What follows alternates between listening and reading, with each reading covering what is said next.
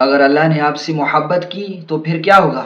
حدیث قدسی میں ہے، اللہ نے فرمایا جس کا مفہوم ہے جب میں کسی اپنے بندے سے محبت کرتا ہوں تو میں اس کا کان بن جاتا ہوں جس سے وہ سنتا ہے، میں اس کی آنکھ بن جاتا ہوں جس سے وہ دیکھتا ہے، میں اس کا ہار بن جاتا ہوں جس سے وہ پکڑتا ہے، میں اس کا پاؤں بن جاتا ہوں جس سے وہ چلتا ہے، اور اگر وہ مجھ سے کچھ مانگتا ہے میں اسے دیتا ہوں، اگر وہ کسی دشمن یا شیطان سے میری پناہ مانگتا ہے تو میں اسے محفوظ کرتا ہوں۔ سبحان اللہ۔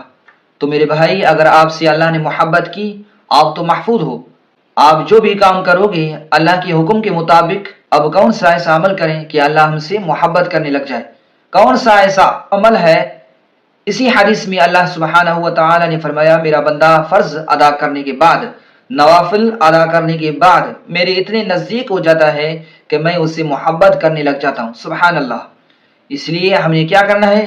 فرض ادا کرنے کے ساتھ ساتھ نوافل پر بھی عمل کرنا ہے، نوافل بھی ادا کرنا ہے، اور اس حدیث قدسی کو اور لوگوں تک بھی پہنچائیں تاکہ لوگ اس سے فائدہ اٹھا سکیں، جس کا اجر آپ کو بھی ملتا رہے۔ جزاک اللہ خیرہ۔ السلام علیکم ورحمۃ اللہ وبرکاتہ۔